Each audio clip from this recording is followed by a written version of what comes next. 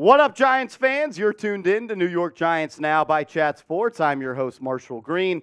We are 1 week away from the franchise tag contract extension deadline before we will know if Saquon Barkley will play on the franchise tag for the 2023 season or he, Joe Schoen, and the Giants will be able to get a long-term extension done. So in today's video, we're going to break down all the news and rumors that we are hearing about Barkley. ESPN also wrote an in-depth article highlighting what's going on in that situation. So we're going to talk about that. Plus, ESPN, they also put out a projected contract for Barkley. We'll examine that. Then on the tail end of the show, Saquon Barkley's trainer spoke to the media and said that Barkley is in the best shape of his life, and he has been thinking about that play in the playoffs against the Philadelphia Eagles, where he was caught from behind, trying to build up on speed and agility. So today's show is all about Saquon Barkley. And as we are 1 week away from the franchise extension deadline, the contract extension deadline for players that were on the franchise tag, I want you guys to weigh in. What happens with Saquon Barkley? When we are live on the channel next Monday, waiting for the deadline to come, what will happen? Will he sign an extension? Will he stay on the franchise tag? Let me know what you think down below in the comment section. I've been saying it all offseason long, and I have no reason to pivot from my standpoint, from my point of view or my thoughts at this point. I still believe a long-term deal is going to get done for Saquon Barkley, and there is a multitude of reasons why I believe that. But the sticking point for me as to why I think Barkley will have a long-term deal in place a week from now is because both parties want a deal done. And what do I mean by that? The Giants clearly want Saquon Barkley to be a member of the New York Giants long term. Why? Because they have offered him multiple contracts up to this point. And how do I know Saquon Barkley wants to be a Giant? Because he has told us that I want to be a Giant forever. I want to retire a Giant. He wants to follow that same line of a career as Eli Manning. Once a Giant, always a Giant, and only a Giant. How do I know that the Giants want him back? Because they offered him a contract extension, reportedly during the season. If they didn't want him back, they wouldn't have offered him an extension. They offered him one after the season, and they also offered him one right between the franchise tag. These are all reported. These are all rumored at this point. Nothing in stone, so we don't know for a fact that the Giants have offered this. But I believe that the fact that the Giants have reportedly offered him contracts, and he said he wants to be a Giant, both sides.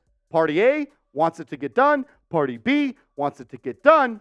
So I believe a deal is going to get done. Before we dive into that contract extension projection from ESPN, you guys got to subscribe to the channel. Make sure you are locked and loaded with New York Giants Now by Chat Sports a week from Monday. Or I guess I should just say at this point, July 17th. July 17th, we're going to be live on the channel. We'll go live an hour before that contract extension deadline appears. We'll be breaking all the news and rumors down, and if a deal comes down, you're going to be the first one to know it. So subscribe and turn your notifications on. Before we get to that contract projection from ESPN, today's show is sponsored by Z Biotics. And let's face it, after y'all hit me with a bunch of super chats, I don't always bounce back well the next day, and that is until I found Z Biotics. Z Biotics pre-alcohol probiotic is the world's first genetically engineered probiotic. It was invented by PhD scientists to tackle rough mornings after drinking. Here's how it works. When you drink, alcohol gets converted into a toxic byproduct in the gut. It's this byproduct, not dehydration, that's to blame for your rough next day. Z Biotics produces an enzyme to break this byproduct down. It's designed to work like your liver, but in your gut where you need it most. Drink Z Biotics before drinking alcohol, drink responsibly, and get a good night's sleep to feel your best tomorrow. It comes in this awesome box, really good packaging. It comes with 6 individual bottles. What I like the most about it, though, is how compact and how well it is just packaged. Like if you're going on a trip, bachelor party, bachelorette party, fits in a really good box, and you can easily put it in to your luggage if you are on the move. Go to zbiotics.com/chatsports or scan the QR code on the screen right now to get 15% off your first order when you use code CHATSPORTS at checkout. You can also sign up for a subscription as well, so you can stay prepared no matter the time or occasion. ZBiotics is backed with a 100% money-back guarantee, so if you're unsatisfied for any reason, they will refund your money, no question asked. That's zbiotics.com/chatsports and use the code chatsports at checkout. It's right here, zbiotics.com/chatsports and use the code chatsports at checkout for 15% off. That link will be in the comments and description of today's video. Alrighty, let's dive into it. ESPN's NFL insider Dan Graziano, who actually used to cover the New York Giants, they put out a contract projection for Barkley as we are just a couple days away from that contract extension deadline. This is what Graziano predicted the deal that Barkley would sign. He thinks it's going to be a 3-year deal up to $38 million, which is $12.7 million on average annual value. And he would get $25.5 million guaranteed. So I want you just to remember these two numbers right here. $12.7 million on average and $25.5 million. Don't forget that. Let's look at the top paid backs on average annual value. Remember, Barkley's was 12.7, which would make him the third highest paid running back per year on average annual value, only behind Christian McCaffrey and Alvin Kamara. You see Dalvin Cook on there, but remember, he was cut by the Minnesota Vikings, so that kind of tells you what they thought of that deal. Derrick Henry comes in right below him at 12.5. Nick Chubb right behind them. Joe Mixon, Aaron Jones, and the three guys that were franchise tag. What was the guarantees? It was 12.5 for Saquon Barkley. 25.5, for Saquon Barkley. Where would that rank for him? The second most guaranteed money at signing for all of the running backs in NFL free agency. At the time when Christian McCaffrey signed his deal, it was $30 million guaranteed. Derrick Henry was 25.5. Bijan Robinson, 21.0 because he was a rookie and he was drafted in early in the first round, and that price point is pretty much already mapped out on the position you were selected. So what does this tell me? The Giants would make him the third highest paid back on average annual value, and they would make him tied for second most at guaranteed money at signing. According to Graziano, he laid out kind of a map right here of 4 options the Giants could navigate with Barkley. Option 1, a fair market deal. And I believe his contract extension of 3 years for $38 million with $25 guaranteed is a fair market deal. Option number 2 is the 2-year solution where you just give him a 2-year deal that would pretty much pay him the same amount of money of what the franchise tag in year 1 and year 2 would be. Option 3 would be letting him play out on the franchise tag. And option 4, which I don't think is likely at all, is rescind the franchise tag and sign a cheaper running back, maybe like Dalvin Cook or maybe like Ezekiel Elliott. Graziano wrote this and said, I expect the Raiders to re-engage with Josh Jacobs, who was also a running back that was franchise tag, and the Giants to re-engage with Barkley prior to the July 17th deadline. The Cowboys likely will check in with Pollard's representatives, but I don't know that I would anticipate any real progress toward a deal there. Again, his situation is different. He also said this, of the two, I'd rate Saquon Barkley the more likely to get a long-term deal done. Team owner John Mara has been clear about his desire for Barkley to be a Giant for his entire career, and the front office knows ownership would like a deal to get done. My very hesitant prediction is that the two sides come together on a contract that looks something similar to our outlined option 1 before the deadline passes. The Giants probably will give a little bit on guarantees to a point where Barkley and his agent can claim a win on something specific, such as structure or cash flow. And I agree with a lot of what Graziano says, and I believe also the Giants are going to get a deal done with Saquon Barkley for the reasons that I pointed out earlier in the show. But my thought is that if Josh Jacobs and the Raiders get a deal done before Barkley and the Giants, that is going to not only help out the Giants, but Saquon Barkley as well, because Barkley and the Giants would both have a baseline of what a top back in the NFL should get paid, which Josh Jacobs was arguably the best running back in the NFL last year when you go off stats. So if a deal gets done between Barkley and the Giants first, the Raiders would also have a little bit of a baseline to go off of. Let's compare Josh Jacobs and Barkley, though, through their careers, as both backs are on the franchise tag and looking to get a long-term deal done where they get a lot of money. When you compare the career stats, Jacobs leads him in the carries department. That's due to injuries for Saquon Barkley. Barkley's 500 yards below him on less than 100 carries.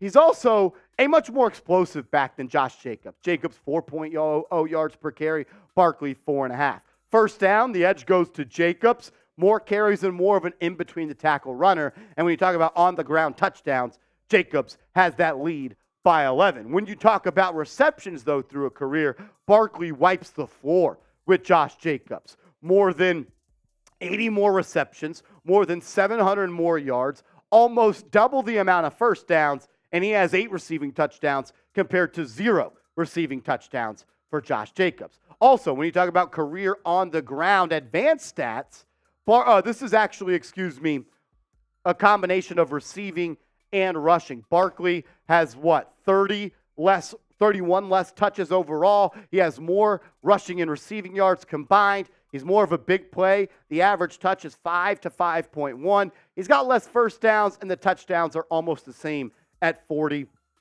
and 37. So I want to go ahead and put this question out there for you guys. Who do you think is the better running back right now? If you had to pick one of these guys just based off talent, not pay, not contract, not age, who would you rather have as the Giants running back? Is it Saquon Barkley?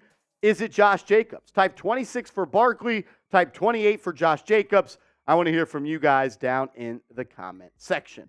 I teased off the top of the show that we were going to get quotes from Saquon Barkley's trainer, and it's because best shape of life season is here. And what does that mean, best shape of life season? It's July, which means all you hear from are agents and trainers and players themselves talking about, I am in the best shape of my life. My client is in the best shape of his career. It's just what we do in the month of July. And Nicholas Hill, who is a really good trainer across the NFL, works out with Barkley, and he said this about Saquon, quote, one of the big goals for Barkley is he wanted to get back his speed burst that he felt like he had his rookie year. He feels like he is 100% from the knee injury, but there's still that little bit of another gear that he felt like he was missing. He definitely has that gear right now. The players did their throwing camp in Charlotte last week, and he said he's never felt better or faster running routes. And I hope Mr. Nick Hill is honest with this, and I hope that Saquon Barkley is also honest that this is the best that he's ever felt, because I truly believe that Barkley's burst tailed off at the end of the season. And I go back to that play against the Philadelphia Eagles that we have quotes from Nick Hill about when he had that 38-yard run in the playoffs and he got caught from behind. His most explosive game of the year was game 1 against the Tennessee Titans. I just felt like as the year went on, Barkley became less and less explosive. And kind of the stats back that up. I understand the Giants were really run-heavy at the start of the year, and they shifted to a pass-heavy offense, so the ball didn't get in Barkley's hands as much. But I think the stats here kind of tell that a little bit, right? I mean, yards per game, it's 32 yards less in the last 9 games compared to the first 9 games. And he had 19 less broken tackles in the second half of the season. He had half as many 10-plus yard runs. He had half as many 15-plus yard runs, and he only had 1 run of over 30-plus yards compared to 3 in the first 9 games of the season. Nick Hill said this when he was asked about Barkley being caught on that run against the Eagles where he busted out against the left side for 38 yards and got caught from behind. His quote was this, it stuck with Barkley. We talked about that play very early on. He's a phenomenal athlete, very confident, but also self-aware. He understands the areas he needs to improve and tackles them head on. One thing I will never question about Saquon Barkley is his work ethic. He works as hard, if not harder, than any other player in the National Football League, making sure he and his body are at the top physical shape that he needs to be in once he gets back to the football field. I'm not going to hold last year against him where I thought the top speed was a little bit down, even though he had a great year overall. I thought he was a top 5 back last year. But I thought the top end speed, the breakaway ability, and just the shiftiness overall was a little bit down for Barkley, and that's going to happen, right? He's a running back. He's taking on a lot of hits. He's getting older. But I believe Barkley could have his best year in the NFL this year. He's hungry, he wants to secure the bag, and he is ready to re-cement himself as the best back in the National Football League, especially if he has to play on that franchise tag. Again, I want to ask you guys this question, though. How good is Saquon Barkley? Is he the best back in the NFL? Is he the second best back in the NFL? Third, fourth, fifth, sixth, seventh, eighth, ninth, 10th, 11th, 12th, 13th? Where does Barkley rank amongst his peers? So answer this in the comments. Fill in the blank. Saquon Barkley is the blank best running back in the NFL. I would go with second or third. I'll go McCaffrey first. I think you can go 2, Derrick Henry, 3, Barkley, or switch it. And I would go Nick Chubb number 4. But I want to hear from you. Saquon Barkley is the best what running back in the NFL? Let me know down below. As always, I just want to say thank you, and I appreciate you guys for tuning in to New York Giants Now by Chat Sports. If we get any more news, any more rumors, or any more info on the Saquon Barkley contract extension talks, we're going to put out a video as soon as possible. If you want to continue the conversation, you can always hit me up on Twitter @MarshallGreen_.